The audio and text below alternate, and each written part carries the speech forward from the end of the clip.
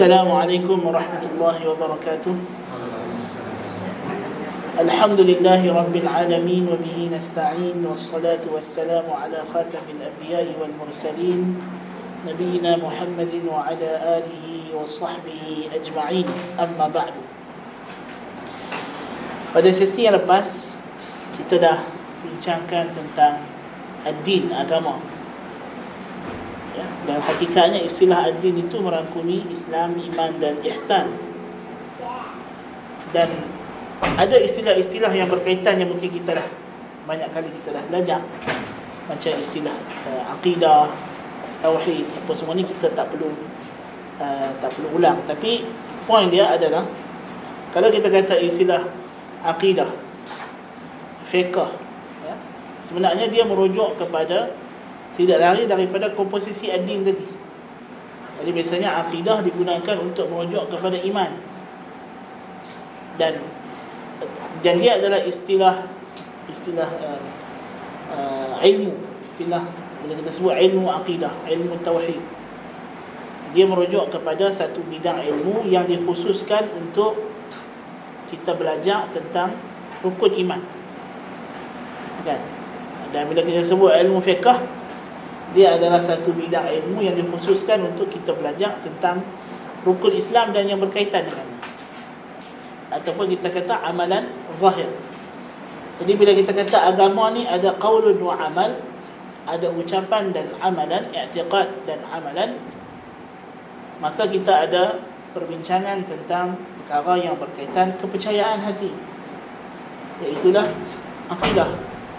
Dan kita ada perkara yang dibincangkan tentang amalan-amalan zahir yang disebut dalam ilmu fiqh, ilmu syariah. Tapi penamaan syar'i bagi ilmu-ilmu ini ialah iman, Islam, iman dan ihsan. Dan ihsan dia lebih kepada merujuk kepada amalan, praktikal, gabungan, macam kita kata keharmonian di antara iman dan Islam pada diri kita.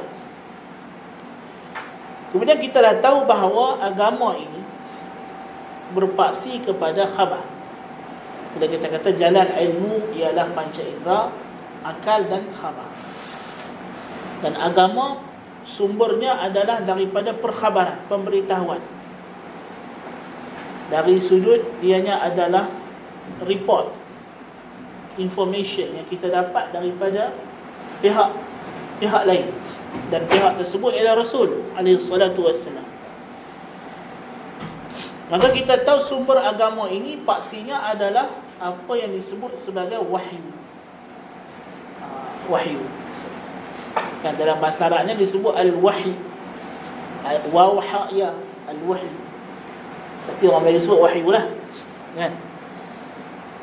Dan wahyu ini ialah perkataan Allah Subhanahu wa taala ataupun apa yang disampaikan oleh Allah Subhanahu wa taala. Dari segi bahasa tentulah wahyu, mungkin kita dah belajar sebelum ni, ialah al-ilham al-khafi as-sari', pemberitahuan yang secara tersembunyi yang pantas. Itu wahyu. Dan dia ada banyak bentuk. Tetapi yang kita nak fokus wahyu ini bila kita sebut dalam bahasa kita merujuk kepada wahyu syar'i. Wahyu iaitulah apa yang Allah sampaikan kepada para rasul, sama ada dengan perantara malaikat ataupun langsung. Ada wahyu yang Tuhan sampai langsung dekat Nabi, macam Nabi Musa alaihissalam. Nabi Musa dia tak malaikat, kebanyakan kondisi Nabi Musa dengan Allah Ta'ala ialah dia bercakap langsung. Wa kallama Allahu Musa taklima. Kan? Nabi Adam dengan Allah Subhanahu wa taala, Nabi Adam bercakap langsung dengan Tuhan. Sahabat tanya Nabi sallallahu alaihi wasallam, hal kana Adam nabiyyan? Adakah Nabi Adam itu nabi ya Rasulullah? Adakah Adam itu nabi ya Rasulullah? Nabi kata nabiyyun mukallam, nabi yang bercakap langsung dengan Allah. Dan majoriti para anbiya ialah wahyunya datang dalam bentuk perantara malaikat. Dan kadang-kadang dalam bentuk mimpi, macam Nabi Ibrahim mimpi sembelih Nabi Ismail, itu wahyu. Kan? Dan Nabi kita Muhammad sallallahu alaihi wasallam ada juga yang dapat wahyu langsung daripada Allah, iaitu salat pada malam Mi'raj. kan? Solat disebabkan dia ibadah yang paling agung, ibadah yang memang menghubungkan hamba dengan Tuhan, maka mewahyukan salat itu juga diberi secara langsung tanpa perantara malaikat.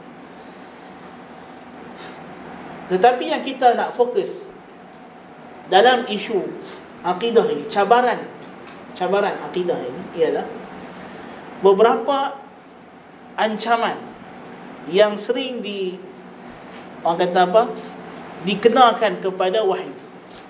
Ini kita kena faham. Isu-isu yang sering ditimbulkan, yang didakwa bercanggah dengan wahyu. So mereka jadikan ini dalil wahyu itu tak betul lah. Dan memang Allah Ta'ala sebut dalam Al-Quran, afala yatadabbaruna Al-Quran walau kana min 'indi ghairillahi lawajadu fihi ikhtilafan katsira. Apakah mereka tidak tadabbur, tidak merenung, tidak mengambil faham ayat-ayat Al-Quran? Jikalau ia bukan daripada sisi Allah, tentulah pasti padanya banyak percanggahan. Macam mana kita tengok dalam Bible, dalam Old Testament, dalam New Testament, percanggahan yang begitu banyak, ya, yang kita dah belajar serba sedikit dulu. Dan itu adalah contradiction, memang bukti bahawa dia ada something wrong. Karena kalau kita kata dua benda bercanggah, dia tak boleh dua-dua betul, kan? Mestilah salah satu. Jadi Tuhan Maha mengetahui. Percanggahan menunjukkan kejahilan. Percanggahan menunjukkan tidak ada hikmah, tidak ada kebijaksanaan. Yang bercakap bercanggah ni sama ada dia jahil atau dia cakap bohong, kan? Sebab tu Buya Hamka dia pesan dekat anak dia, jangan bohong. Bohong di dunia ni, orang cakap bohong, dia kena terus berbohong. Dan untuk membolehkan dia terus bohong, dia kena ingat apa yang dia bohong semalam. Kalau dia lupa, Naya, dia berkata tahun lepas cakap lagu lain, lepas menang cakap lagu lain. Dia nampaklah bohong tu. Kan? Tapi dah cakap banyak, mana dah nak ingat kita manusia. Walaupun kan, kita tak rekod, orang lain rekod. Kan? Kita ingat kita cakap dah lama dah, dulu-dulu tu. Kan? Rupanya orang simpan lagi. Dia memang akan jadi macam tu. Bila benda tu ada contradiction, itu adalah tanda dia bohong. Sebab tu Tuhan kata, kalau Quran ni datang daripada selain Allah Ta'ala, mesti ada contradiction. Kalau Quran ni Muhammad sallallahu alaihi wasallam reka dengan akal dia sendiri, mesti ada bercanggah. Sebab Quran bukan sahaja Nabi SAW bukan datang dia bawa sekaligus Quran. Nabi dakwa pula Quran tu datang dekat dia secara tiba-tiba dan berperingkat. Tak, kalaulah Nabi ni orang yang bohong, ini adalah satu kebodohan yang nyata. Pasal apa? Pasal bila Nabi dakwa Quran ni datang berperingkat dan turun pula mengikut peristiwa, dan peristiwa tu bukan dia yang kawal, betul tak? Benda tu jadi di luar kawalannya, Nabi pun tak tahu. Sekali ada sahabat mai tanya soalan, tadi lagu ni, kan?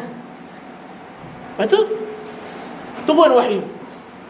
Kalaulah dia bukan daripada Allah Subhanahu Wa Taala, pastilah akan ada percanggahan. Macam kita dah belajar surah Al-Baqarah, bukan turun dalam tahun yang sama, bertahun-tahun, dengan ayat yang begitu panjang, hampir-hampir mencecah 300 ayat, hampir-hampir, kan? Dengan dia adalah surah yang terpanjang, lepas tu dia ada ayat yang terpanjang, dan kemudian disusun yang turun kemudian disambung dengan yang turun, ya, bukannya Al-Quran tu dia turun bukannya surah by surah, kan? Ayat by ayat.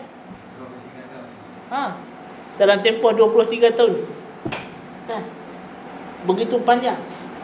Lepas tu ada nasikh mansukh pula, kan? Kalau dia bukan daripada Allah Subhanahu Wa Taala, confirm akan ada percanggahan. Confirm akan ada percanggahan. Sebab tu kitab manusia yang manusia tulis, Memang ada percanggahan. Ulama-ulama yang besar-besar, yang hebat-hebat, dalam kitab-kitab mereka ada percanggahan kadang-kadang.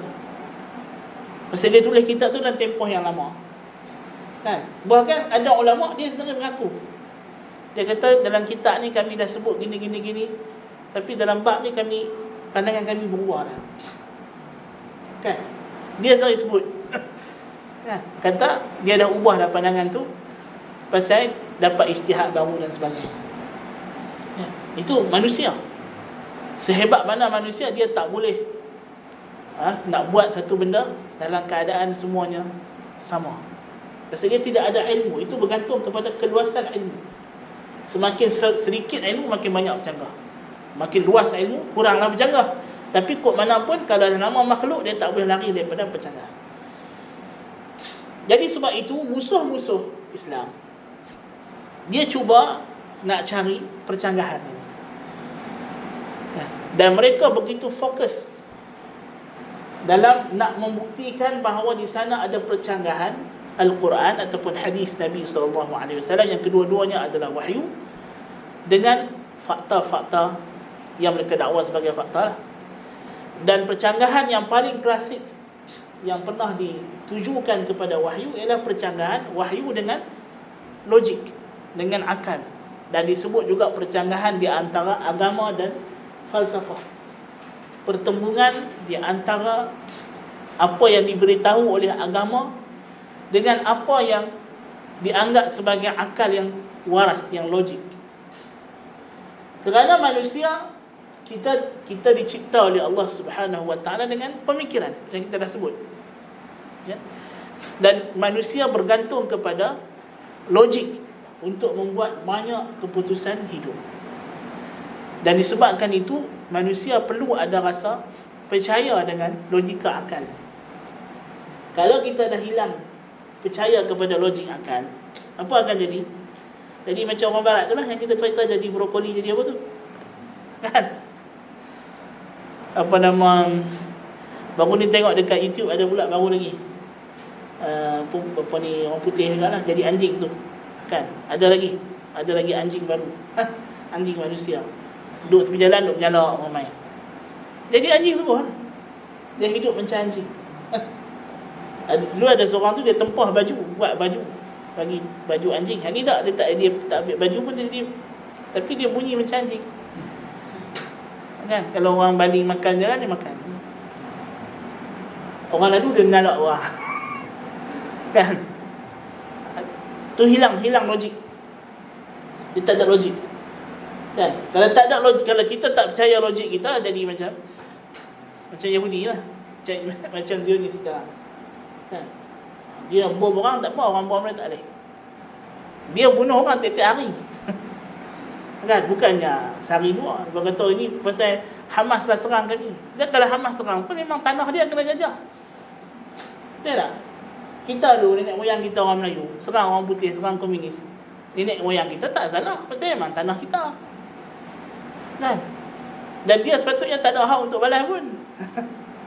Pasal dia invader, penceroboh, kan? Takkanlah kalau pencuri masuk rumah kita, perompak masuk rumah kita, lepas tu kita hayun kayu kat dia, lepas tu dia balas balik. Lepas tu bila polis main, dia kata self defense. Masuk akal? Tak masuk akal lah. Dan dia perompak, kan? Memanglah kita yang patut pukul dia, takkan dia pula pukul kita. Jadi memang manusia kena percaya kepada logik akalnya, betul. Kena percaya kepada panca indera, kerana itulah cara dia mendapat maklumat, ya. Tetapi adakah di sana percanggahan di antara wahyu dengan akal? Kalau kita dah faham bahawa maklumat, ilmu kita manusia ni, dia dibentuk dengan 3 jalan yang kita sebut: panca indera, akal dan juga khabar. Maka mustahil, secara asasnya mustahil ada percanggahan. Sebab itu kita kata asas hubungan wahyu dengan akal ialah tiada percanggahan.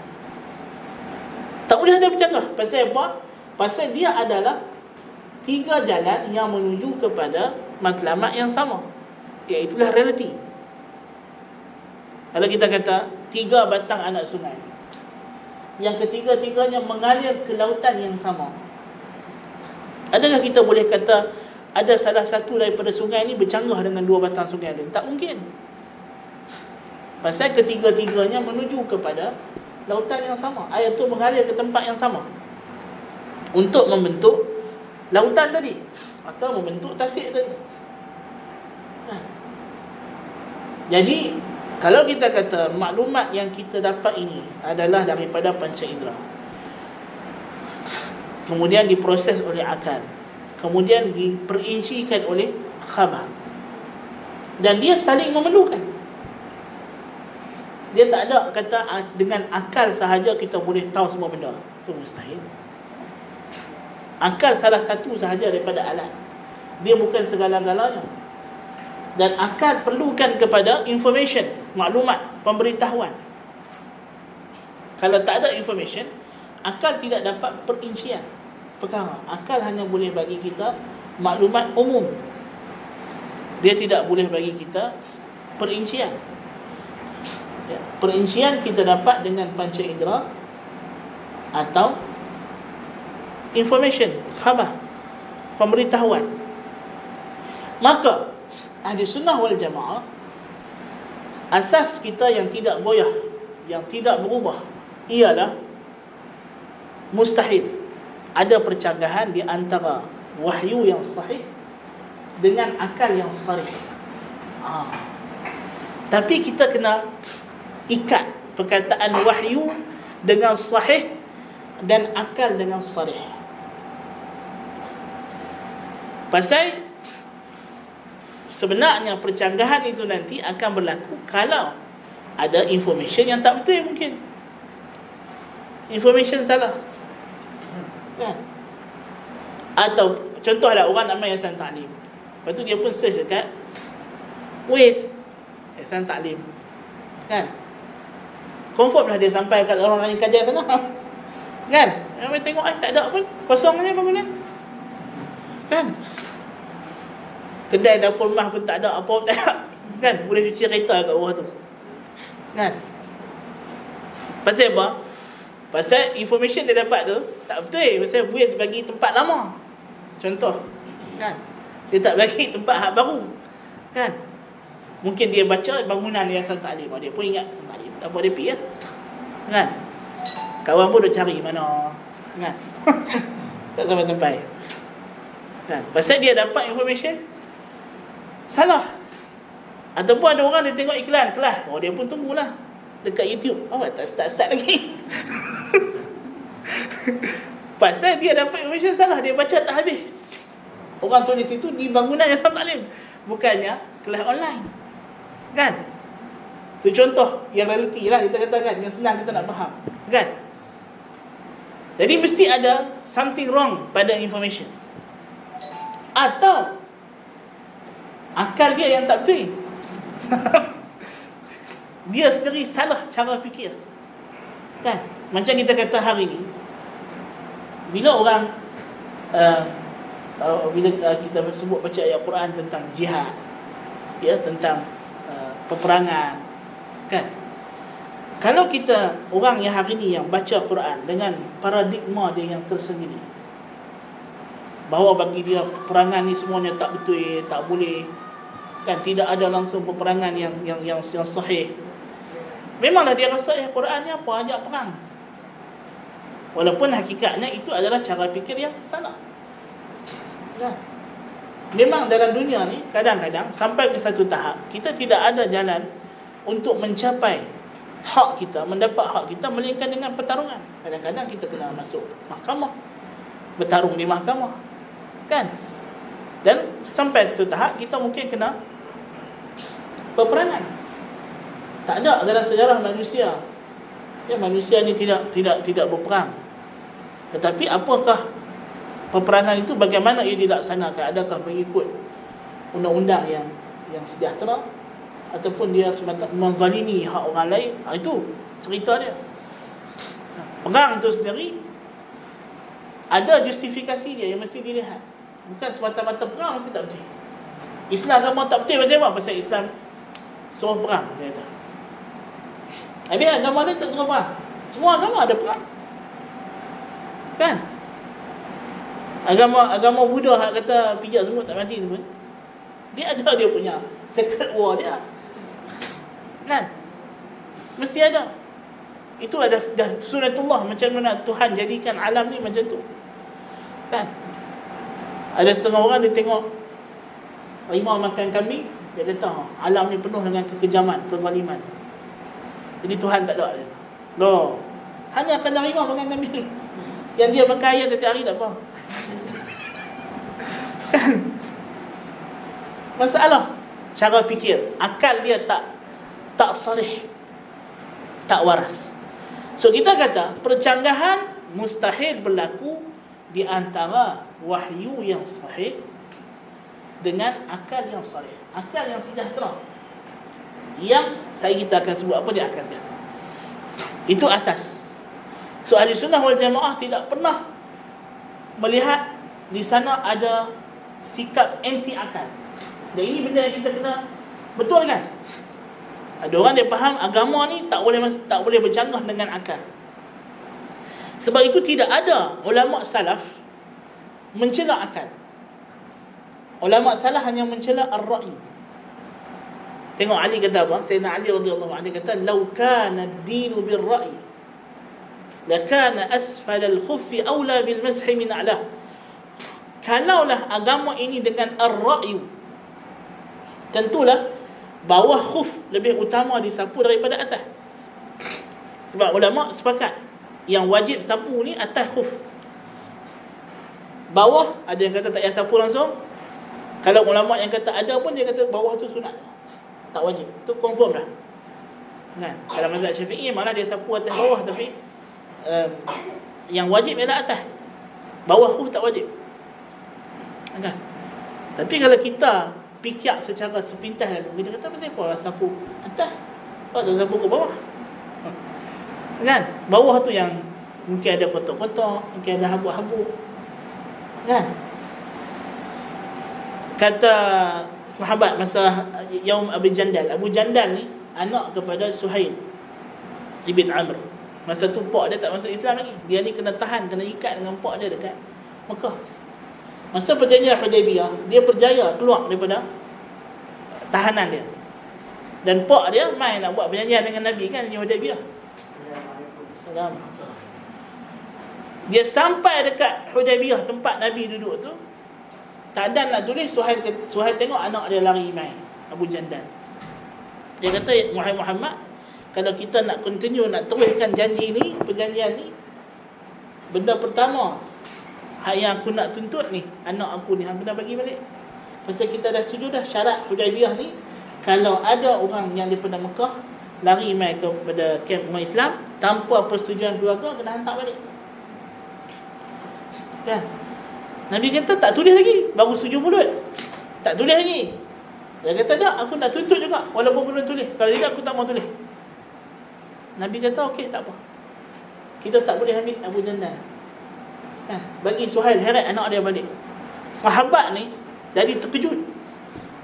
Dia kata macam mana kita tengok orang Islam kena heret dengan orang musyrikin, tarik dengan rantai besi, kawan kita ni. Nak buat apa pun tak boleh, kita ramai. Pak dia seorang. Kan? Mana kalau kita kepung pak dia tu, Suhail tu, bunuh situ juga selesai. Dia tak ada buat apa. Masa tu bukan ada boleh WhatsApp ke apa, tak ada. Kan? Tapi Nabi pegang dengan janji. Dan Nabi percaya janji Allah Ta'ala. Kan? Bahawa kebenangan tu akan datang. Bukan sekarang, tapi akan datang. Kan? Lepas tu sahabat kata, ittahimur ra'ya. Tuduhlah ar-ra'yu. Ya? Tuduhlah ar-ra'yu. Apa dia ar-ra'yu? Ar-ra'yu ni lah kita sebut tadi akal yang tidak sahih. Ar-ra'yu ni bukan akal, bukan logik. Dia adalah kesimpulan yang kita buat based on kita punya observation, based on kita punya penelitian, berdasarkan maklumat yang kita ada masa tu. Itu ar-ra'yu. Ar-ra'yu ni natijah akal, natijah pemikiran kita. Kita tak dihalang untuk berfikir, Tetapi manusia bila dia berfikir, pemikiran ni akan menghasilkan kesimpulan. Dan kesimpulan inilah yang disebut sebagai ar-ra'yu, pandangan, pendapat. Yang jamaknya ialah al-ara'. Dan ar-ra'yu ni kadang-kadang betul, kadang-kadang salah. Bukan sebab akal salah, bukan sebab akal tak betul, tetapi mungkin kerana maklumat yang diberi tak betul. Macam ulama' berijtihad. Ijtihad ulama' ini adalah ar-ra'yu. Kadang-kadang betul, kadang-kadang salah. Mungkin kerana dia datang satu hadis dekat dia, dia ingat hadis tu sahih, banyak tak sahih. Ataupun sampai kepada dia satu hadis, tapi tak sampai kepada dia hadis yang lain yang menerangkan atau menjelaskan atau mengkhususkan hadis. Itu contoh. Nah, itu dalam keadaan dia sudah ikut prosedur, kan? Dalam keadaan dia ikut prosedur, kadang-kadang boleh tersilap. Jadi kita pun kadang-kadang maklumat yang kita dapat terhad. Sebab itu kalau kita tengok ra'yu manusia ni berubah-ubah, kan? Berubah-ubah. Tengok sains. Kita akan sampai kejap lagi kalau sempat. Sains, teori sains, ini adalah contoh ar-ra'yu yang paling berpengaruh pada zaman kini. Teori sains, dia bukan bersifat qat'i, dia bukan bersifat pasti. Dia adalah bersifat kesimpulan. Lepas tu kita panggil teori. Bahkan ada setengah teori disebut fakta, tapi dia bukan fakta dengan makna benda tu memang hakikat, tetapi kerana maklumat yang ada, sekadar yang kita dapat tahu, inilah kesimpulan yang terbaik, the best explanation. Ya, lepas tu dia ada konsep dia panggil penghujahan abduksi, abduction. Kita ada induction, deduction dan abduction. Abduction ni ialah kita tengok penghujahan mana yang paling sesuai. Walaupun dia tak mungkin menjawab semua persoalan, tapi dia adalah penghujahan yang paling sesuai. Tengok apa nama gravity contoh. Kalau kita belajar fizik klasik, gravity adalah force. Dan Newton kata gravity ni force. Dia kata benda jatuh ke bawah sebab ada tarikan. Lepas tu bila Einstein datang, dia kata gravity bukan force, gravity ni adalah curvature, space and time. Kan? Dan kemudian orang yang kaji angkasa lepas ni, mereka suka teori Einstein banding teori Newton. Tapi dia pun tak boleh kata teori Newton salah, pasal dia menjelaskan bidang masing-masing. Sebab tu bila orang tanya juga Newton last sekali, kan, orang pernah tanya Newton, sebenarnya apa dia gravity tu? Dia kata yang tu aku serah kepada yang Maha mengetahui lah, Tuhan lah. Dia kata wallahu a'lam, dalam bahasa kita tu. Sebab kita kena tahu Newton ni dia ulama, tak? Dia ulama Kristian, dia padri Protestan, kan? Semua saintis sebelum abad sampai hujung abad ke-20 adalah orang yang beragama. Lepas tu baru dah datang abad 19, abad 19 tu masih lagi saintis beragama. Hujung abad 19 barulah sains itu mula mengambil langkah ke arah menolak Tuhan. Kebanyakan yang mengasaskan sains moden adalah orang agama. Kalau orang Islam tu kita tak cerita lah. Even dalam kalangan Kristian, Yahudi pun adalah tokoh-tokoh ulama mereka yang percaya kepada Tuhan. Dan sains itu sendiri dikaji. Faktor mereka mengkaji sains adalah untuk melihat atau mengagumi ciptaan Tuhan.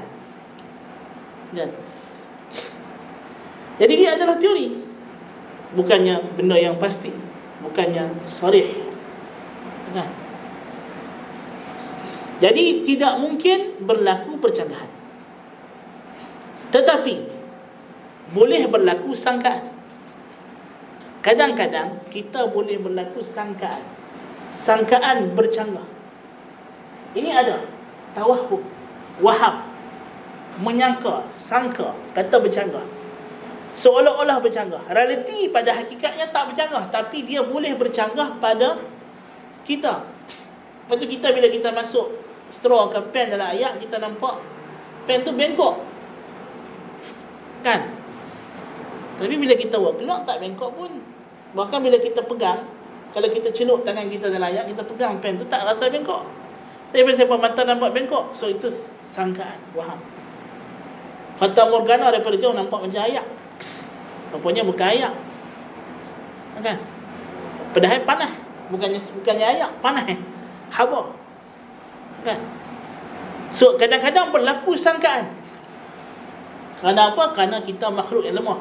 Ilmu kita tidak sempurna, pandangan kita tidak sempurna. Demikian juga pemikiran. Sebab itu Ibnu Abbas radhiyallahu anhu pesan, dia kata macam mana mata ni ada had. Kita boleh tengok sampai satu jangkauan yang tertentu sahaja. Kita tak boleh tembus sampai sejauh-jauhnya mata ni. Macam tu juga akal. Macam mana mata tu ada had, bahkan sebenarnya akal kita tak lepas daripada pandangan mata kita dengan telinga kita.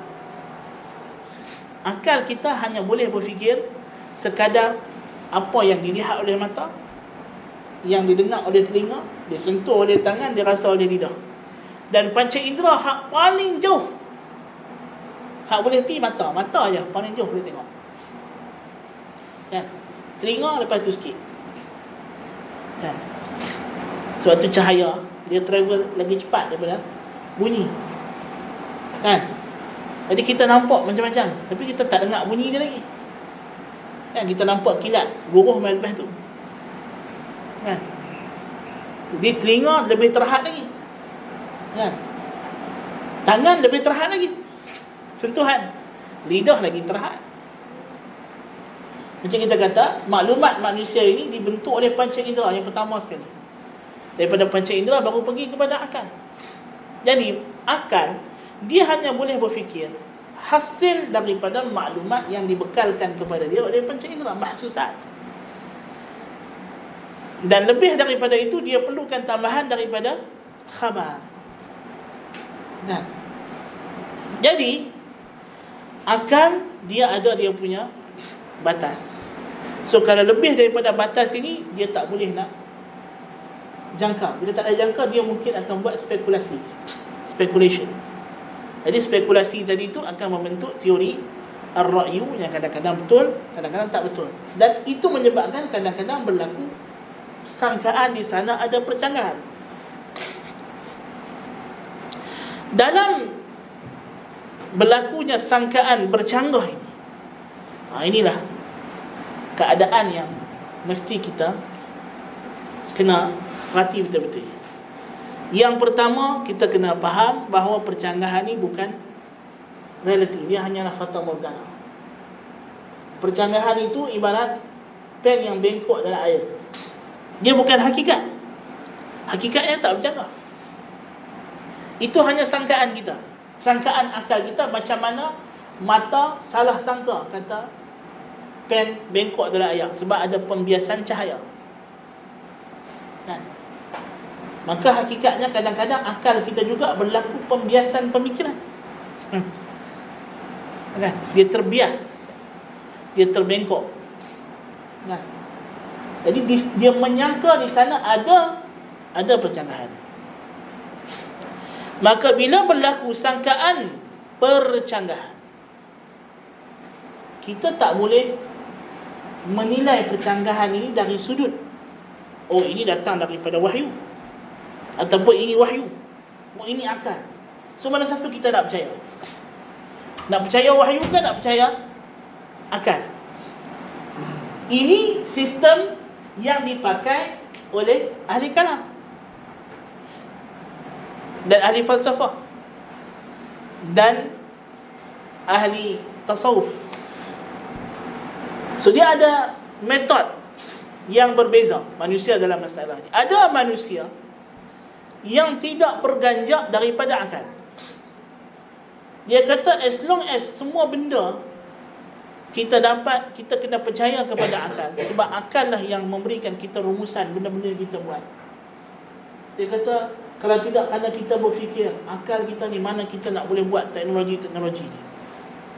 Samalah pada zaman moden ni, orang yang percaya kepada sains tak bergenjak. Jadi dia senang, dia kata kalau tak ada sains, mana nak dapat kemudahan ni semua. Jadi kalau kita dah tak percaya dekat sains, habislah, dia kata. Nak naik kereta pun tak boleh, nak pakai mikrofon pun tak boleh. So dia kata kalau berlaku percanggahan, nak pakai apa tu, nak percaya agama ke nak percaya sains, dia kata. Sedangkan ini falasi. Orang tasawuf dia tak percaya akal, dia percaya dia punya ilham dia. Zauq. Masa dia kata dengan ilham lah kita dah tengok macam-macam benda gaib, kita dah kasyaf. Kalau kita tak percaya dengan ilham, macam mana? Maka golongan ahli kalam, mereka buat mereka punya kanun kulli, undang-undang universal law mereka. Mereka kata kalau berlaku sangkaan percanggahan di antara wahyu dengan akal, maka macam mana kita nak buat? Dia kata kita kena percaya akal. Kerana dia kata akal lah asal. Tapak. Akal ialah asal.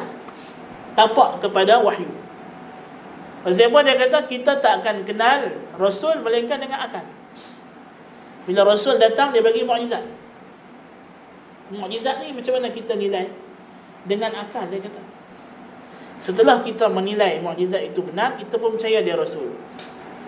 Bila kita dah percaya dia Rasul, barulah kita boleh isbat, kita benarkan apa yang dia bagi tahu. Kalau kita tak percaya kata dia Rasul, macam mana kita nak benarkan ajaran dia?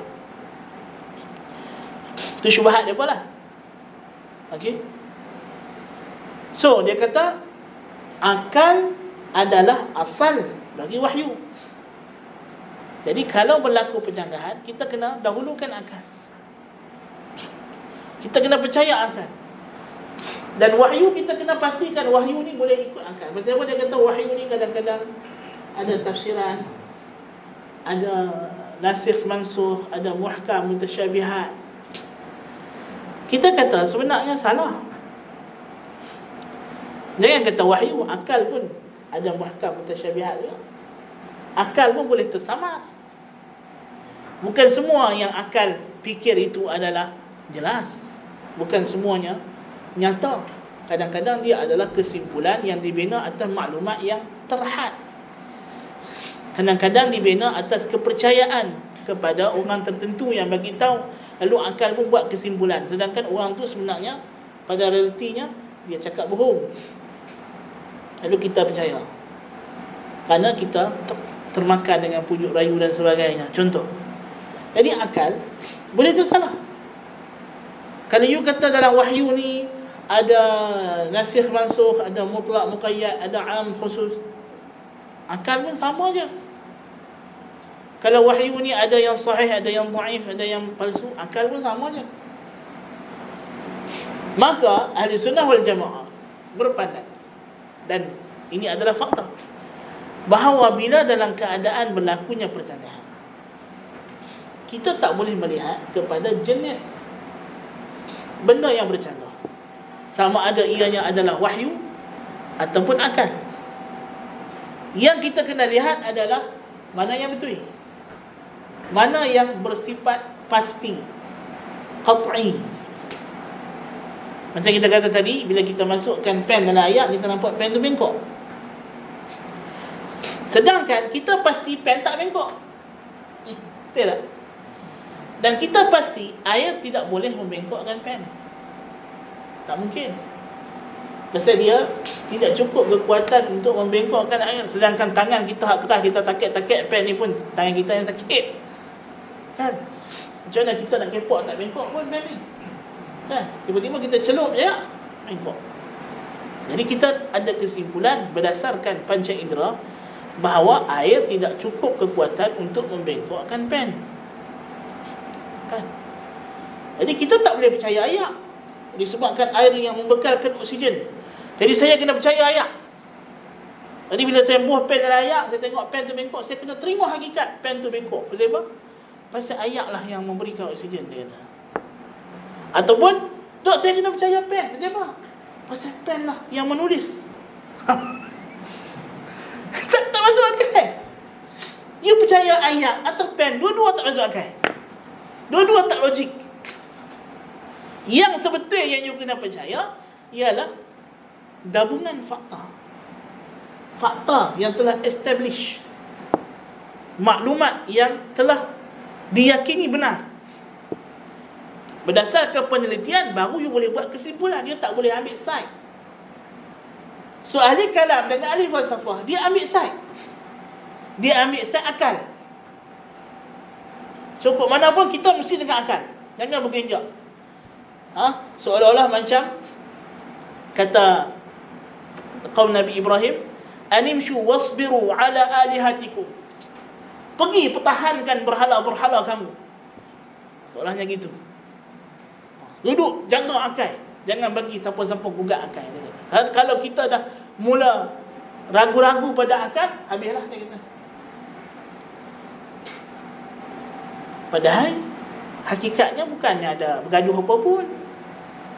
Kan? Bila berlaku pergaduhan, kalau kita mula ambil side dan kita datang baru daripada luar, kita tak tahu apa punca bergaduh, apa sebenarnya isu. Mungkin kebenaran ada di kedua-dua pihak. Dan kedua-dua pihak ada salah dari sudut yang tertentu. Jadi sebab itu Ahli Sunnah wal Jamaah kata, logik yang betul ialah sepatutnya bila disangka berlaku percanggahan, kita melihat manakah fakta yang telah establish, fakta yang bersifat qat'i, pasti. Apa dia qat'i? Saya akan sebut. Mendahulukannya di atas yang dhanni, yang bersifat tidak pasti, yang bersifat tidak konkret.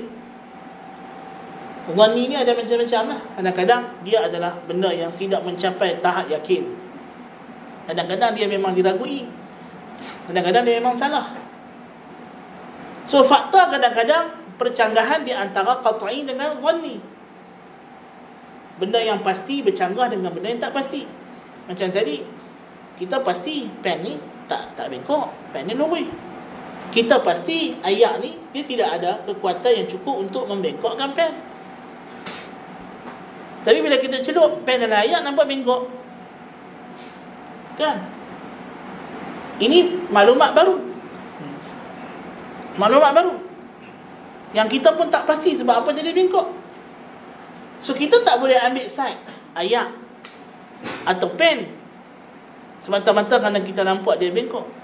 Kerana di sana ada maklumat ketiga, iaitulah cahaya. Kerana kita melihat menerusi pantulan cahaya. Kan? Kalau dalam gelap, celup pen je tak nampak bengkok ke tak bengkok.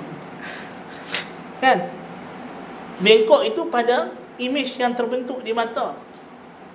Hakikatnya pen tak bengkok pun. Kalau kita pejam mata celup, memang tak ada siapa nampak pen tu bengkok. Kan? Sebab itu hanya ada image yang terbentuk pada mata kita sebab berlaku pembiasan cahaya yang lalu ke ayat tu. Kan? Itulah dia bengkok. So ada fakta lagi yang kita tak tahu, yang kita kena tahu. Rupanya isunya bukan ayat dengan pen saja. Ada orang ketiga di situ, cahaya. Kan? Ada lagi isu mata kita sendiri. Kan?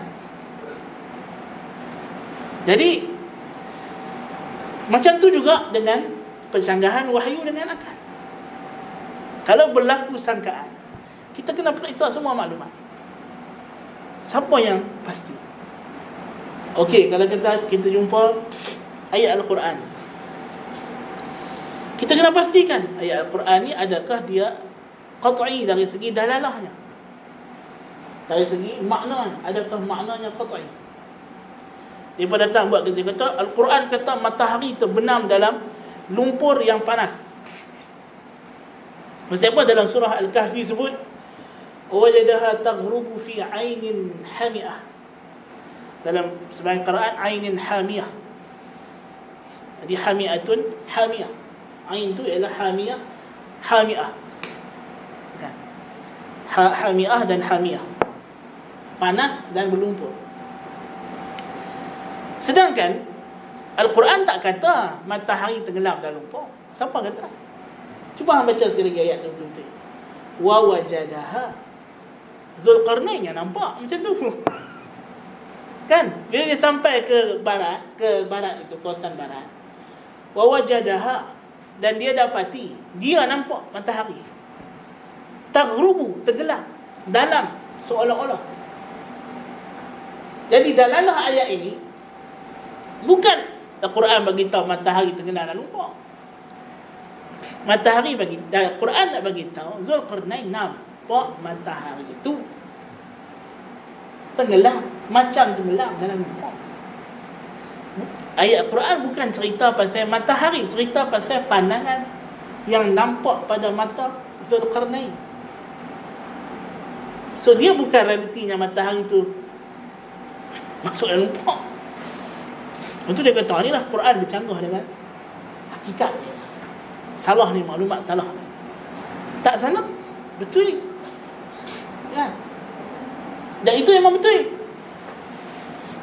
Sebab tu kita kalau orang astronom, orang ilmu falak kan, dia masih menggunakan istilah perjalanan matahari apabila matahari berada pada tinggi sekian. Matahari tu memang dia naik begitu kah? Tak, itu yang kita nampak macam tu. Dan bila kita nak kira waktu pun, kita kena kira macam tu. Kita tak boleh kira walaupun hakikatnya pusing ke tak pusing ke, tu cerita lain pula. Kan? Apa yang kita nampak macam itulah kita kena ukur. Kan? Jadi sebenarnya ayat Al-Quran tadi, dalalah dia tak qat'i mengatakan matahari tenggelam dalam lupa. Yang dalalah dia, petunjuk makna dia adalah Zulqarnain. Jadi sekarang kamu sudah silap faham Quran. So isunya adalah kepada fahaman kamu yang salah. Kan? Dia baca ayat Al-Quran, Tuhan kata, lima khalaqtu biyadayya, apa yang aku cipta dengan dua tanganku. Dia kata, habis kalau Tuhan ada tangan, darah, daging, itu tangan hang. Quran tak cakap tangan hang, Quran cakap tangan Tuhan. Siapa suruh pergi tengok tangan sendiri? Kan? Quran tak sebut lima khalaqtu biyad, dengan tangan. Biyadayya, tangan Tuhan, tangan dia. As long as dia tak sama dengan kita, tangan dia tak sama dengan kita lah. Kan? Jadi yang salah itu siapa? Bukan Quran. Dah Quran tak salah, pasal apa Quran pula yang kena takwil? Tak. Yang salah itu dia, kepahaman dia yang tak betul, yang bengkok. Kan? Tiba-tiba Quran pula yang kena diubah maknanya. Adakah adil macam itu? Kan? Tak adil gitu. Jadi ini masalah golongan yang ambil side, sama ada dengan akal ataupun. Kalau kedua-duanya bersifat dhanni, tidak pasti, maka kita di sinilah datangnya peranan tarjih. Peranan kita kena melihat dalil-dalil sokongan luar. Ya. So kalau berlaku percanggahan, bukan berlakulah, disangka berlaku percanggahan. Jika disangka bercanggah, sangka tu penting. Sebab memang tidak ada percanggahan. Qat'i dengan qat'i confirm tak boleh bercanggah. Kalau bercanggah mesti ada sebab lain, bukan sebab benda tu sendiri. Kalau bercanggah, kalau ada sangkaan bercanggah, kita tengok mana yang qat'i, kita dahulu ke atas yang dhanni. Kalau sama-sama dhanni, kita lakukan tarjih, kita lakukan pemberatan. Tarjih ni kita beratkan dengan mencari dalil-dalil lain untuk menyokong. Okey. Macam kita kata datang hadis, satu sahabat datang beritahu Nabi, ya Rasulullah, aku ambil wuduk, betul aku sentuh kemaluan. Itu Nabi kata, innahu bid'atun mink, dia hanyalah sebahagian daripada tubuh engkau. Itu datang hadis lain pula, Nabi kata, man afdha biyadihi ila zakarihi falyatawadda, siapa yang menggenggam kemaluannya, menyentuh kemaluannya, hendaklah dia berwuduk. Kan? Datang dua hadis. Hadis ini ulama akan cari tarjih. Oh, ada mazhab Syafi'i kata, oh hadis yang pertama tu jadi di awal hijrah, sedangkan hadis yang kedua Nabi cakap di hujung hayat dia. Itu dia berkata kemungkinan hadis pertama mansuh. Ada pula yang kata, kalau kaedah tarjih kita tengok mana yang mengubah daripada hukum asal. Hadis pertama tidak mengubah daripada hukum asal wudu. hadis yang kedua yang mengubah hukum asal. So kita kena ikut mana yang lebih hati-hati. Dan ada ulama datang himpun dua-dua. Dia kata suruhan ni falyatawadda, kita kena ubah kepada makna sunat. Kan ada mazhab Hanafi dia tak wajib. Kalau sentuh kemaluan, wuduk tak batal, tapi sunat ambil wuduk balik. Pasal dia kata perintah falyatawadda ini kita kena ubahlah daripada suruhan berbentuk wajib, kita kena faham dia jadi suruhan berbentuk sunat. Kan? So itu contoh tarjih, kena cari penguat daripada yang lain. Apakah punca sangkaan bercanggah? Ini kita kena faham. Apakah punca bercanggah? Macam kita sebut tadi, bercanggah ini bukan relatif, bukan hakikat. Punca percanggahan sama ada tafsiran yang salah terhadap wahyu. Macam kita sebut wajadaha taghrubu fi 'ainil hami'ah. Dia yang salah tafsir. Tafsiran ayat itu ialah Zulkarnain, nampak matahari tenggelam. Bukan tafsirannya matahari tenggelam. Nah, jadi kita memang tengok ada kita duduk di pantai, kita nampak matahari tenggelam dalam laut. Kita duduk dekat rumah kita, kita nampak matahari tenggelam sebelah rumah jiran kita. Kan? Macam itulah. Pandangan masing-masing beza-beza, relatif. Kan? Jadi kadang-kadang salah tafsiran. Salah tafsir. Dan salah tafsiran ni merangkumi. Kadang-kadang ayat yang am dipahami secara khas, ada yang khas dipahami secara yang am, ada yang mutlak tidak dilihat pada yang muqayyad. Kalau orang kata tak wajib sembahyang, siapa tak wajib sembahyang? Maksud fawailul lil musallin. Kita kata ini cara yang salah. Kan sepatutnya dilengkapkan fawailul lil musallin alladhina hum an salatihim sahun. Yang Tuhan nak celak ialah orang yang sembahyang di luar waktu. Kan? Yang sembahyang di luar waktu, bukan yang Tuhan mencela orang sembahyang. Kan? Dia tak mahu sembahyang, dia kata Tuhan larang sembahyang. Tak betul lah. Kan? Dia kata Quran ni bercanggah. Sekejap semua sembahyang, sekejap kata sembahyang masuk neraka. Tak bercanggah. You yang silap faham. You yang faham tak betul. Dia kata bercanggah. Siapa kata sembahyang ni waktu? Dalam Quran 3 dia kata. Tuhan kata dalam surah Isra, aqimus salata liduluki syamsi ila ghasaqil lail wa Quran al-fajr. Jadikanlah salat kerana tergelincir matahari sampai malam yang gelap. Dan Quran fajar, subuh. Itu ada zuhur, isyak dengan subuh. Kita kata betul lah, Tuhan kata aqimus salata liduluki syamsi ila ghasaqil lail, sampai malam. Kan? Pasal sembahyang zuhur dengan asar, dia boleh jamak. Kan? Dia sebenarnya satu waktu. Kan? Daripada tergelincir matahari sampai malam, kita ada beberapa solat. Yang pertama zuhur, lepas tu asar, lepas tu maghrib, lepas tu isyak. Itu semua solat yang berada pada di antara tergelincir matahari sampai tengah malam. Lepas tu Quran al-Fajr. Jadi ayat ini menceritakan secara umum perincian waktunya dalam hadis. Jibril mai sembahyang dengan Nabi waktu zuhur, waktu subuh, waktu maghrib, waktu asar, waktu isyak. Kan Nabi sembahyang 5 waktu. Itu perinciannya. Jadi ada ayat yang sebenarnya umum, dipahami secara yang umum, tapi ada takhsis, dipahami secara berasingan. Kadang-kadang akal yang rosak, syubhat, ini juga punca yang besar. Salah paradigma pemikiran. Ya, manusia ni pemikiran dia ada, kadang-kadang kita ada maklumat yang serenggam maklumat. Daripada serenggam maklumat ini kita pun buat pemikiran, kita buat kesimpulan. Kemudian kesimpulan yang kedua, ketiga, keempat itu dibina di atas kesimpulan yang pertama. Yang boleh jadi kesimpulan yang pertama itu salah. Maka maklumat yang datang selepas itu semuanya salah, tetapi dia nampak koheren, nampak sejahtera. Kan? Kalau orang, sebab tu dalam ilmu mantik dia panggil apa dia panggil, formal falasi. Falasi formal. Kalau orang buat qiyas, mantik, cara akal berfikir, tetapi maklumat dalam qiyas itu salah, natijahnya nampak betul tapi maklumat salah.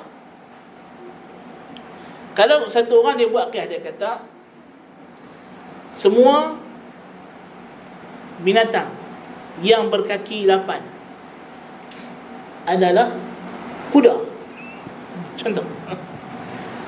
Kan? Apa yang berkaki 8 adalah kuda. Labah-labah kaki 8. Labah-labah ialah kuda, kesimpulannya. Okay, dalam memantik ni kita panggil, dia punya flow dia smooth. Dia berjalan elok ya. Kan? Pasal betul lah. Apa yang berkaki 8 ialah kuda. Labah-labah kaki 8. So kesimpulannya labah-labah ialah kuda. Oh, very sound and clear.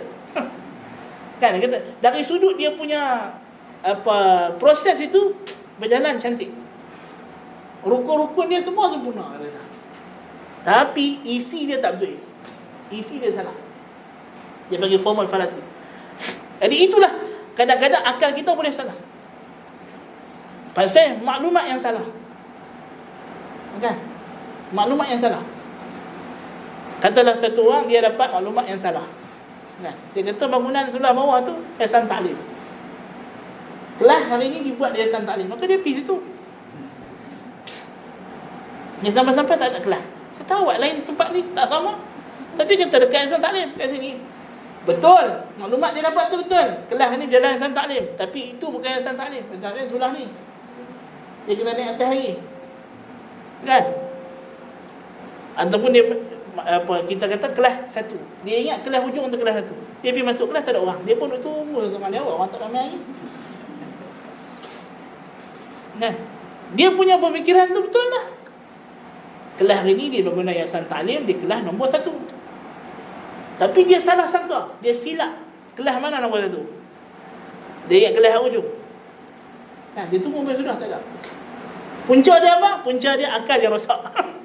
Bukan akal dia rosak gila, bukan. Tapi kesimpulan, pemikiran dia tersilap maklumat, menyebabkan dia menghasilkan syubhat. Kan? Dia panggil, dia nampak kawan dia main, dia panggil pula kawan dia main duduk sebelah dia. Dua orang ni pun tunggu sampai sudah. Kan? Dia tengok dah pukul 1 tak sabar main. Kan? Pasal maklumat dia salah. Boleh jadi tak? Boleh jadi. Macam itulah ideologi yang rosak disebarkan. Dia fikir salah, dia buat kesimpulan, dia buat satu mazhab, lepas tu dia panggil orang. Orang yang kedua ni dah malas fikir, dan manusia ni dia ada sifat, satu bahaya dia ialah malas. Dan dia suka ambil take for granted. Bila orang tu kita percaya, kawan kita, dia panggil, dia kata, main sini kelas ni, kena tunggu dari tadi lagi. Ustaz tak main, siapa pun tak main, kita orang pertama sampai, dia kata. Dan kawan dia taklid. Kita manusia, kita akan ambil benda yang paling simple. Akal ni, logik akal. Kan? Mula-mula proses malah kita akan berfikir, tapi lepas tu akal ni dia suka benda yang simple. Sebab tu dalam logik kita ada dia panggil Occam's razor, pisau Occam. Kan? Satu padri Kristian nama dia Occam. Dia buat kesebenarnya, dia kata kita ni kena cari explanation yang paling simple dalam sains, dia kata. Kalau kita ada dua explanation bagi satu fenomena, satu ni simple, satu lagi panjang. So kita kena ambil hal yang simple. Dalam tafsir pun sama lah. Kalau kita belajar, kan, ulama tafsir ada dua pandangan. Kan? Dalam satu ada takdir, satu tak ada takdir. Kan? Kaedah kita sebut, biasanya kita akan tarjih pandangan yang tidak ada takdir, yang kurang takdir. Daripada kita kena takdirkan di sini ada kalimah yang mahdzuf dan sebagainya, akan jadi panjang. Baik kita pergi kepada pandangan yang kedua, yang kata ayat ni tidak ada perlu apa semua, dia punya i'rab dia macam ni. Itu memang manusia nak fikir macam tu, dia cari benda yang senang, simple. Daripada aku nak kena pergi cari balik kelas mana 1, 2, 3, dah kawan aku habaq sini, aku main kan? Kan? So dari sudut akal dia sejahtera, dia tak ada salah, proses dia betul. Cuma dia ada titik mula yang salah. So kemudian daripada titik mula ini dia akan bina maklumat kedua, maklumat ketiga. Dia macam puzzle. Kan? Macam puzzle. Lama kelamaan barulah akan datang apa disebut sebagai anomali, kepelekan. Dah pukul 11 tak ada orang ni. Lepas tu baru dia keluar cari. Faham tak? Dia keluar cari. Betul kan ni kelas? Oh, dia kata dak ni kelas tu depan tu. Oh, silap dia tunggu tong sini. Lama-lama dia akan rasa pelik. Sebab tu apa nama dalam falsafah sains, kan? Thomas Kuhn dia kata sains ni adalah paradigma. Bermula daripada normal science, manusia mengkaji, melihat alam, kemudian dia buat kesimpulan. Dia pun akan percaya kesimpulan itu. Daripada kesimpulan pertama, dia buat kesimpulan kedua, ketiga, teori 3, teori 4, teori 5, semuanya dibina di atas teori pertama. Dan kita takkan sedar benda tu mungkin betul, mungkin salah. Mungkin 100 tahun depan, setelah makin banyak maklumat, dah tak muat nak masuk dalam puzzle ni, kita dah mula rasa pelik lah. Pasal apa teori ni makin lama makin tak seragam. Tiba-tiba baru datang teori baru. Lepas tu dia kata apa? Scientific revolution. Kan? Apa ni? Perubahan paradigma sains. Maka sains akan berubah. Manusia akan mula fikir dengan cara yang baru. Hakikatnya macam itulah akal manusia sebenarnya. Itu Syekhul Islam kata, memang macam itu manusia berfikir. Kadang-kadang kita mula dengan taklid. So kalau satu orang dilahirkan dalam keluarga Syiah misalnya, adakah salah pada waktu awal tu dia jadi Syiah? Ya, tidak, kita tak boleh salahkan dia. Perbuatan dia follow mak bapak dia yang mengikut ajaran Syiah. Adalah betul lah dia kena percaya mak bapak dia. Tapi benda yang salah lama-lama mesti akan datang anomali. Lama-lama dia mesti fikir, pasal apa pelik sangat? Pasal apa tiba-tiba Abu Bakar ni kafir? Kata dia sahabat Nabi. Dalam Quran puji. Kalau dia mencari, berfikir dan dia belajar, benda yang salah akan terselah, akan nampak. Satu Tuhan kata, "Qul ja'al haqqu wa zahaqal batil. Innal batila kana zahuqa." Dia tak datang sekaligus. Dia macam kebenaran ni macam matahari. Matahari. Suatu Nabi SAW sebelum dapat wahyu, dia mimpi macam falaqis subh, cahaya subuh. Macam mana cahaya subuh itu datang sikit-sikit, lama-lama terang. Macam itulah kebenaran. Dia tak mungkin datang boom sekaligus. Bahkan kebenaran datang sekaligus. Kalau lampu ni kita buka, tengah-tengah gelap, itu kita buka, apa akan jadi? Reaksi mata kita, dia pejam. Suatu kebenaran, kadang-kadang kalau kita beritahu dekat orang sekaligus gedebak gitu, dia tolak. It's a normal reaction. Memang normal. Dia kena perlu masa tenyeh mata kejap. Kan? Mata dia baru nak terima. Kan? Tuhan jadikan semua benda dalam alam ni adalah ayat, tanda. Dan semua benda ada dia punya kaitan. Kenapa Tuhan ibaratkan kesesatan itu sebagai gelap, kebenaran sebagai terang? Ja'ala dhulumati wan nur. Jadikan kegelapan dan cahaya. Gelap di sini ulama kata dua-dua makna. Gelap yang mana gelap, dan juga gelap dengan makna sesat, tak ada kebenaran. Dan cahaya di sini adalah cahaya. Dan cahaya maknawi, cahaya kebenaran. Kerana kedua-duanya berkongsi sifat yang sama. Macam mana gelap itu, kesesatan itu adalah gelap, dan memang kita rasa gelap pun. Betul tak? Bila kita tak tahu punca, tak ada ilmu, kita rasa apa? Orang kata aku rasa gelap, rasa tenggelam, rasa lemah.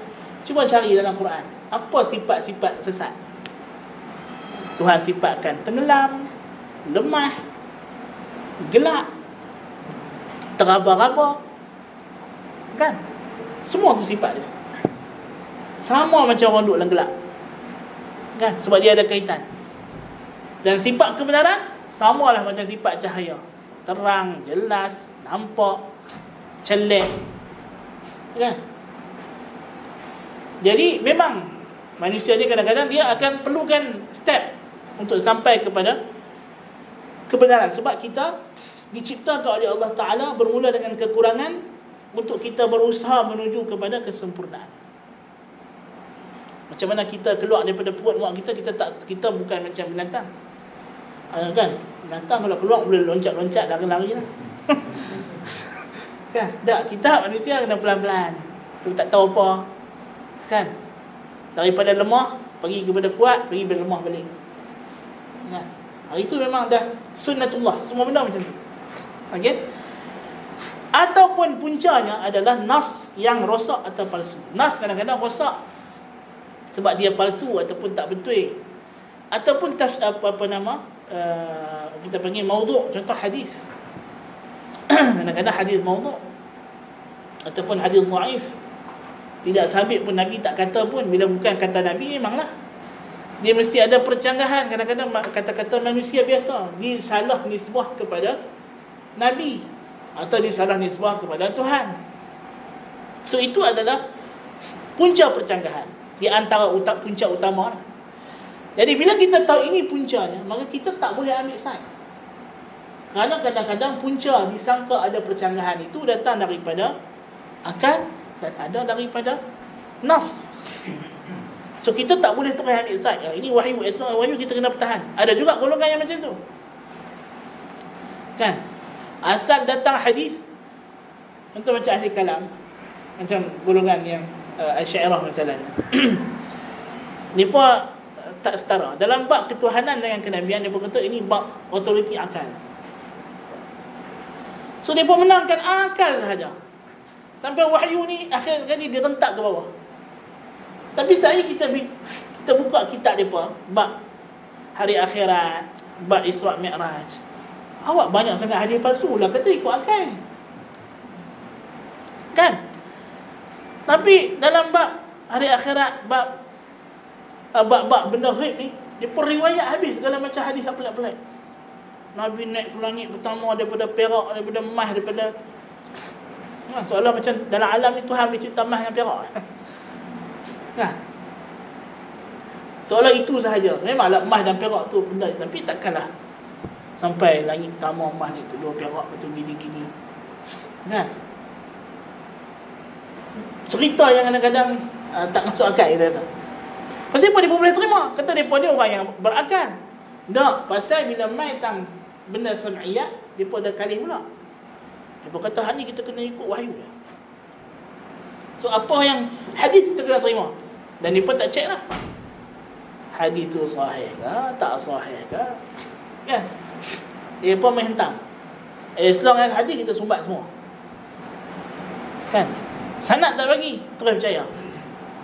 Ulama hadis, dia kalau nak riwayat hadis, kalau dia tak mau cek hadis ataupun dia akan bagi sanad. So mengikut amalan ulama hadis, kalau dah bagi sanad, kira dah lepas lah tanggungjawab. Orang yang dapat hadis tu dah kena periksa. Dia tak boleh kata awak bagi hadis palsu. As long as ulama tu dah main hadis sanad, kita tak boleh tuduh dia sebab hadis palsu. Yang salah kalau dia bagi tanpa sanad dan dia tak beritahu. Kan? Jadi kita tak boleh take side hanya kepada akal, hanya kepada wahyu. Ya? Memanglah wahyu itu asalnya wahyu yang sahih. Ya, itu adalah sumber utama agama. Tetapi dalam masa yang sama kita kena ingat, tanpa akal kita tak boleh faham wahyu. Sebab itu ulama salaf kata, la yu'rafullah illa tidak dikenali Allah, la yu'rafullah illa bil aqli, ataupun dia kata la yu'rafullah illa bil wahyi, tidak dikenali Allah melainkan dengan wahyu. Kan? Tetapi dalam masa yang sama tidak dikenali wahyu itu melainkan dengan adanya akal. Sebab tu orang gila dia tak mukallaf. Orang tidur pun Tuhan tak mukallaf. Kan? Rufi'al qalam 'anil sabi hatta yablugh wa 'anil naim hatta yafiq wa 'anil majnun hatta yafiq. Kan? Dia daripada orang gila sampai dia berakal, kanak-kanak sampai dia balik, dewasa. Dewasa ni adalah kematangan akal dia. Walaupun dia disuruh beribadat bila dia sudah akal dia sudah mula terbentuk, tapi kewajipan itu akan kena betul-betul bila dia telah matang. Okay. Okey, sekarang kita nak tahu apa dia, sedikit masa aja ada tapi tak mau. Apa dia qat'i dengan dhanni tadi? Apa benda yang qat'i? Benda yang dhanni. Qat'i ni nisbah kepada qata', potong.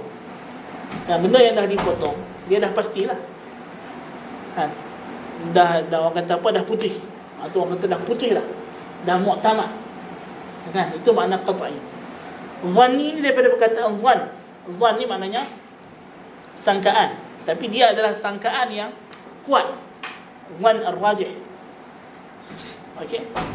Benda yang qat'i disebut yang pertama, qat'i ni kalau nas, kalau Al-Quran, sunnah, dia adalah nas yang muhkam. Sebab Quran dengan sunnah terbahagi kepada nusus muhkamat dengan mutasyabihat. So mutasyabihat duduk di belah dhanni, muhkamat duduk di belah qat'i. Apa dia muhkamat, apa dia mutasyabihat? Muhkamat ni ada banyak yang disenaraikan oleh ulama usulul fiqh dengan pelbagai istilah. Yang termasuk di belah side muhkamat ialah an-nasikh, ayat yang memansuhkan. Maka ayat yang mansuh duduk di belah mutasyabihat. Sebab tu datang tafsiran salaf disebut minhu ayatun muhkamat, ulama salaf kata an-nasikh. Wa ukharu mutasyabihat, dia kata al-mansukh, ayat yang dimansuhkan. Dan istilah nasikh dan mansukh di sisi ulama salaf lebih luas maknanya daripada istilah nasikh mansukh yang kita belajar dalam kitab usul fiqh mutaakhirin. Dan ini adalah perkembangan istilah. Ulama salaf dia guna satu istilah secara meluas maknanya. Dan ini banyak berlaku. Contoh istilah makruh. Tak, kita mengaji Sunan Tirmizi, Imam Tirmizi kata bab ma jaa fi karahatil masyi uryana. Bab pada menyatakan makruh berjalan dalam keadaan telanjang. Berkata telanjang ni makruh kan? Naya. Kalau pergi faham lagu tu naya, dia kata naked beach tu boleh lah, makruh. Kan? Seronok dalam apa nama Kementerian Belanjakan. Dia kata inilah dia nak meningkatkan ekonomi. Seronok Astra Jabat. Kan? Makruh di situ ialah haram. Jadi benda-benda yang dibenci oleh syarak, yang syarak larang. Ada istilah. So nasikh mansukh dalam penggunaan ulama salaf, bila kita baca tafsir, ulama salaf kata ayat ni nasikh, ayat ni mansukh, kita kena faham dengan konteks yang lebih luas. Bukan sekadar ayat ni dah tak dipakai hukum je, ayat ni menggantikan hukum. Tak boleh macam tu. Sebab ulama salaf bagi mereka nasikh ni termasuklah ayat yang mukhassis, yang mengkhususkan. Dan ayat yang dikhususkan, ayat am yang mukhassas, disebut mansukh. Ada istilah mereka masuk juga dalam makna nasikh ni adalah muqayyad. Dan mansukhnya ialah ayat yang mutlak, yang tidak diikat dengan sifat. Jadi kita kata muhkamat ni ialah ayat yang maknanya jelas dan tidak ada lagi kemungkinan yang lain. Ayat dia mu'tamad. Ini maksudnya. Tidak ada ihtimal, tidak ada sangkaan-sangkaan yang lain. Contoh Allah Ta'ala kata, Qul huwallahu ahad. Kata oleh wahai Muhammad, dialah Allah Maha Esa. Kemudian datang ayat, Inna nahnu nazzalna dzikra wa inna lahu lahafizun. Sesungguhnya kamilah yang menurunkan az-zikr dan kamilah yang menjaganya. Dia berkata kami ni bukan untuk banyak lah. Jadi mainlah orang Kristian kita berjalan kadang-kadang, kan, dia nak bagi syubhat kita. Dia kata Quran pun kata Tuhan banyak, kami. Itulah Trinity, dia kata 3. Sekurang-kurang jamak kan 3 dia dalam bahasa Arab. Kan? Ni kalau dia jumpa orang arti bahasa Arab sikit-sikit lah, dia tahu kita makcik ni ngaji Yayasan Taklim. Kan? Ngaji kelas Nahwu Saraf. Kan? Kita bukan boleh kira orang ni apa? Orang panggil apa? Mubashir ni, orang yang sebarkan Kristian ni. Datang sebagai pelancong kadang-kadang. Kan? Duduk kat Bukit Bintang. Yang kat Bukit Bintang lagilah budak-budak yang tak ada maklumat kadang-kadang kan. Syubhat ni pun syubhat yang kita kata syubhat bodoh lah orang kata, tapi kalau dah orang tu sendiri bodoh, dia rasa macam benda tu pandai lah kan. Jadi dia kata ni nahnu. Kita kata nahnu dalam bahasa Arab ada dua. Boleh jadi merujuk kepada ramai, boleh datang untuk lit'azim, mengagungkan. Dalam bahasa Melayu pun sama. Istilah kami. Kami tak mesti merujuk banyak. Raja dia sebut kami. Kan? Bonda kami. Kan? Maksud kami itu menunjukkan dia adalah orang yang ada kedudukan yang tinggi. Dia ta'zim. Kalimah kita, kami. Boleh digunakan untuk seorang, boleh digunakan untuk banyak. Tetapi kalau saya, aku, ini confirm lah seorang. Dia tak guna untuk lain lah. Dalam Quran banyak Tuhan kata aku. Kan? Banyak. Dan ayat kalimah ahad, Esa, Tuhan, yang ini jelas, muhkam, menceritakan tentang realiti. Kan? Dan kalimah kami digunakan dalam Quran oleh Allah Ta'ala apabila dia membuat sesuatu dengan perintah kepada malaikat. Tuhan kata inna nahnu nazzalna dzikra. Kita tahu bukan Tuhan yang buat turun Quran sendiri. Yang buat turun Quran tu malaikat. Lepas tu kita kata kita telah membina KLCC. Kita semua membina KLCC ya. Hak bina tu tahu orang Indon mana, tak ada kaitan dengan Malaysia pun. Kan? Tapi ialah kita punya tax yang kita bayar apa semua kerajaan pakai untuk buat KLCC. Kita rakyat Malaysia telah bina KLCC. Bukan mana bina direct. Kan? Jadi kalimah itu ada ihtimal dan ada yang tidak ada ihtimal. Contoh, ahli kalam dia kata Ar-Rahmanu 'alal 'arsy istawa. Dia kata istawa ni banyak makna tau. Dia kata, dalam ada sampai 15 makna dia kata beliau main istawa ni. Dia kata betul. Istawa boleh ada banyak makna. Tapi yang datang dalam ayat Ar-Rahman, Ar-Rahmanu 'alal 'arsy istawa, ialah kalimah istawa yang ada predikat dia ala. Dan istawa ni bila dia bergu dengan ala, dia satu makna aja. Dia tak ada 2-3 makna dah. Dia tak ada 3 makna dah. Kalimah yadun boleh datang dengan makna nikmat, datang dengan makna qudrat. Tapi bila Tuhan kata lima khalaqtu bi yadayya, dengan this kind of sentence, dalam bentuk ini, dia tak ada datang lain makna melainkan tangannya. Tak. Kalau kalau dalam bahasa Arab orang tu kata ini semua kesan daripada perbuatan tanganmu sendiri. Mungkin dia tak buat dengan tangan, dia mungkin cakap dengan mulut. Tapi dinisbah kepada tangan kerana tangan lah biasanya yang buat kerja. Macam Tuhan kata mimma amilat aydina an'ama dalam surah Yasin. Pasal di sini kata kerja disandar kepada tangan directly. Tapi dalam surah Sad kata kerja khalaqa disandar kepada diri, khalaqtu. Kemudian dita'adikan kepada tangan dengan huruf ba, jar. Dan tangan ditathniyahkan, diduakan. Yadayya. Dalam bentuk macam ni tak mungkin orang Arab ada maksud lain kecuali tangan saja. Sebab tu ayat sifat termasuk dari segi makna dia dalam muhkamat. Dia tak ada mutasyabihat. Mutasyabihat dari segi kaifiyat. Kaifiyatnya pasal sama-sama tidak diketahui. Kan? Contoh ayat mutasyabihat dan ayat mutasyabihat dalam Al-Quran, dia tidak akan kekal mutasyabihat. Contoh ayat iddah, ayat tentang iddah. 3 kali quru. Kalimah quru ni ada 2 makna. Haid dan suci daripada haid. Dalam bahasa Arab dia ada kalimah yang mengandungi 2 makna yang berlawanan. Contoh kalimah ablah. Ablah, cerdik pun ablah, bodoh pun ablah. Boleh dua-dua. Kan? Kalau orang Arab kata huwa rajulun ablah, pandai lah. Kalau dia kata huwa rajulun ablah, bodoh betul.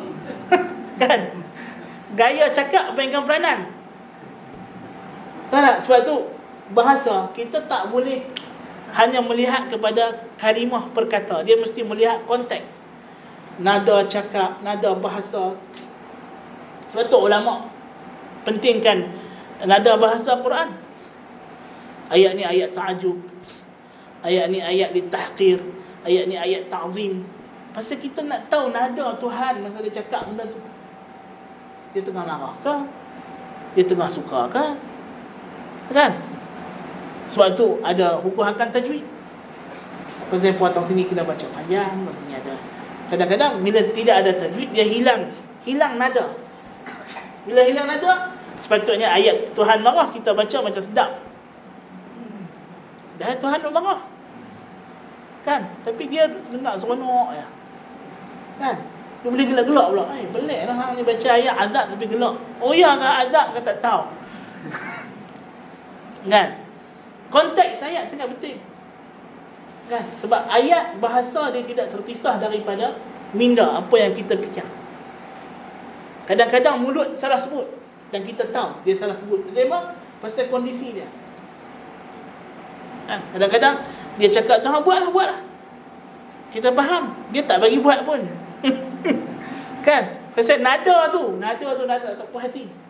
Maksudnya dia dipaksa sebut benda tu. Lepas tu dalam Ahli Sunnah wal Jamaah, kita bila kita melihat kepada ayat Quran, kita mesti melihat kepada konteks keseluruhan.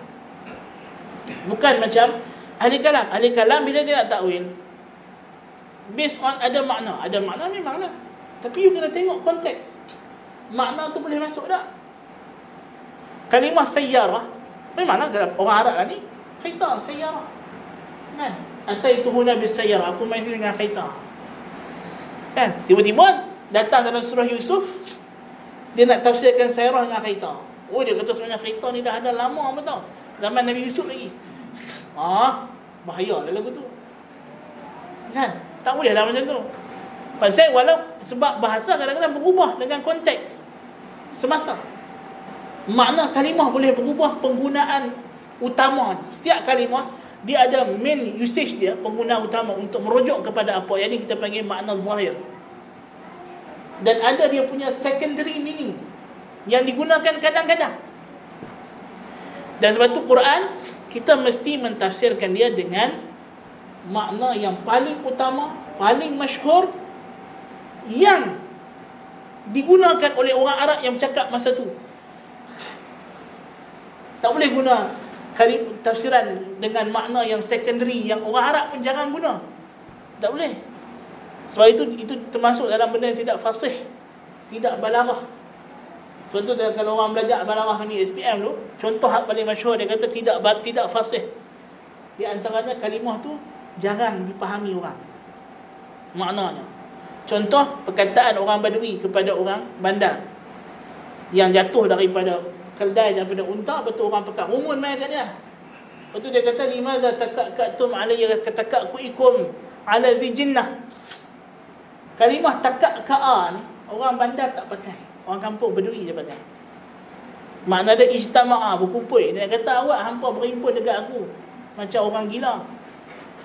Aku dijatuh kuda je. Kan? Tapi orang pekat rumun dia. Tapi bila dia cakap macam tu, limadza takakatum, ada orang lagi pelik, apa dia pula dia cakap ni. Kan? Kadang-kadang kalimah tu terlalu dekat huruf dia. Dia kata apa nama? Wa qabru harbin li makanin qafru wa laysa bi qurbi qabri harbin qabru. Huruf qaf dengan ba berulang dekat. Tak fasih. Dalam Al-Quran semua kalimah fasih, Tuhan cakap fasih. Kan? Jadi kadang-kadang orang yang takwil sifat, dia telah buat satu jenayah yang besar. Dia pergi bawa makna ayat pada makna yang tak fasih. Jadi seolah macam Quran ni Tuhan bercakap dengan bahasa yang tak lancar. Seolah macam tu apa nama, timbul perbincangan dalam ilmu kalam, adakah Tuhan boleh menipu? Bila Tuhan cakap bohong, dia kata demi maslahah. Tuhan tak dengar pun, tapi Tuhan abang kata kita dengar. Dia abang kata dia dengar. Pasal apa? Supaya kita takut nak cakap benda-benda yang tak elok. Macam Ibn Sina Al-Farabi dia kata, Tuhan tipu ya, dia kata. Tuhan tak dengar pun. Dan Tuhan tak mau dengar pun, dia kata Tuhan tak boleh dengar pun. Tapi pasal Tuhan nak bagi kita takut dekat dia, Tuhan kata dia dengar, dia tengok. Kan? Jadi dia kata Tuhan menipu. Pasal apa menipu? Menipu untuk maslahah. Orang kata bohong sunat. Kan? Ini masalah ahli kalam. Kan? Di antara benda yang qat'i ialah hissiyat.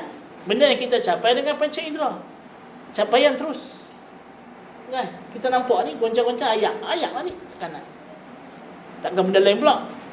Kan? Benda yang kita nampak dengan mata, sentuh dengan tangan. Kan? Benda yang disebut sebagai hissiyat atau mujarrabat, benda yang telah dikaji secara direct dengan panca indera.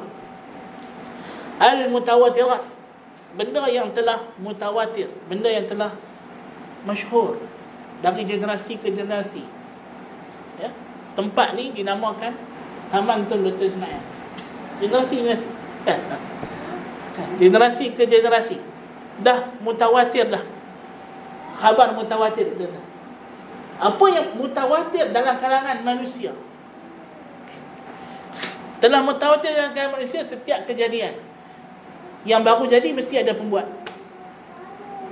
Setiap benda yang cantik, elok, mestilah ada mereka yang pandai, yang bijaksana buat. Ini adalah benda mutawatirat. Apa yang bersepadu dalalah panca indera, akal, khabar. Bila benda tu dicapai oleh panca indera dan diterima oleh akal secara logik, dan datang perkhabaran yang mengiyakan, kalau bersepadu, apa nama kita panggil, jalan pengetahuan ini pada satu maklumat yang sama, maka ini dipanggil sebagai qat'i, pasti. Kalau kita kata panca indera pun mengatakan dia adalah A, akal pun dengan analisa akal, dengan pendalilan akal juga menunjukkan benda itu adalah A. Khabar maklumat daripada orang lain pun beritahu kat kita ini adalah A, maka A lah dia. Tak mungkin lagi dia B, C, D, E. Kan?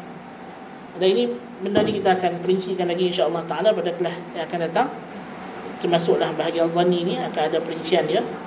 Insya-Allah taala masa dah tamat, jadi kita berhenti sekarang ini dulu insya-Allah. Aku qauli hadza wa astaghfirullahal azim li wa lakum. Subhanakallahumma bihamdika asyhadu an la ilaha illa anta astaghfiruka wa atubu ilaik. Assalamualaikum warahmatullahi wabarakatuh.